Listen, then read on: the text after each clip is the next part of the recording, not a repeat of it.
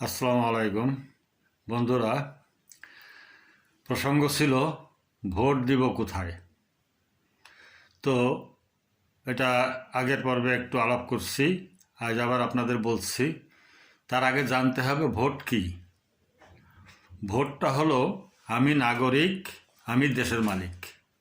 আমার ইচ্ছায় দেশ চলবে আমাদের সুবিধার জন্য। নাগরিক সকল সুবিধা, বিচার, শৃঙ্খলা, শান্তি এগুলোর জন্য যাতে আমরা পূর্ণভাবে ভোগ করতে পারি আমাদের ইচ্ছা মতো, সুবিধা মতো বা সবার সুবিধার জন্য। তো এই ইচ্ছা অনিচ্ছাটা সবাই মিলে আমরা অ্যাপ্লাই করতে পারি না। এই জন্য কিছু লোক নির্বাচন করা হয়। সেটা হলো যে আমার ইচ্ছাটা তার কাছে সমর্পণ করলাম, যে তার উনি যে ইচ্ছা সিদ্ধান্তটা নেবেন ওইটাই আমার সিদ্ধান্ত। এখন আমি প্রার্থী, আমাকে আপনারা ভোট দিলেন, আপনার ইচ্ছাটা আপনি আমার পরে সমর্পণ করলেন। আমি লুটেরা, চাঁদাবাজ, জুলুমকারী। আমি যতগুলো পাপ করব, যতগুলো অন্যায় করব, তার সম্পূর্ণ সমান অংশীদার আপনি হলেন। আর জাগতিকভাবে লাভবান আমি হচ্ছি, পরকালের চিন্তা তো সবাই একটু কমই করে, কিন্তু জাগতিকভাবে লাভবান আমি হচ্ছি, কিন্তু অন্যায় বা পাপের অংশীদার আপনি হচ্ছেন সমানভাবে। সুতরাং ভোট দিতে গেলে একটু চিন্তা ভাবনা করতে হবে। যে দেশে ভোটার যোগ্য না, সে দেশে নেতাও যোগ্য বিবেচিত হয় না, নির্বাচিত হয় না।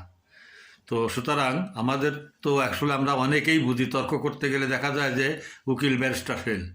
তাহলে আমরা একটু নিজেদের বিবেক খাটাবো, চিন্তা করব যে আমার এই লোকটার চরিত্রটা কেমন। এর আগে আরেকটা কথা বলি, যে আমি যার কাছে দায়িত্বটা দেব, সে আমার এই আমানতটা, এই লোকটা যদি আমানতের খেয়ানত করা লোক হয় বা তার বংশের ভিতরেও এরকম চরিত্র থাকে, তাহলে আমি তাকে ভোটটা দিব না। যে আমাদের অধিকারটা বা জনগণের অধিকারটা সবাইকে সমানভাবে বিচার করবে, নিজের স্বার্থ দেখবে না, নিজের আত্মীয় স্বজন দেখবে না, বিচারটা সঠিক করবে, বন্টনটা সুন্দরভাবে সুযোগভাবে করবে। আর তার যে ক্ষমতাটা সেটা সম্পূর্ণ দেশ ও জাতির এবং মানব কল্যাণে অ্যাপ্লাই করবে। তো এইভাবে চিন্তাভাবনা করে ভোট দিতে হবে। তো এটার জন্য পরবর্তী পর্বে আপনাদের কাছে বিস্তারিত বলবো যে আপনি কোথায় ভোট দেবেন, আমি ডাইরেক্ট বলে দেবো আপনাদের।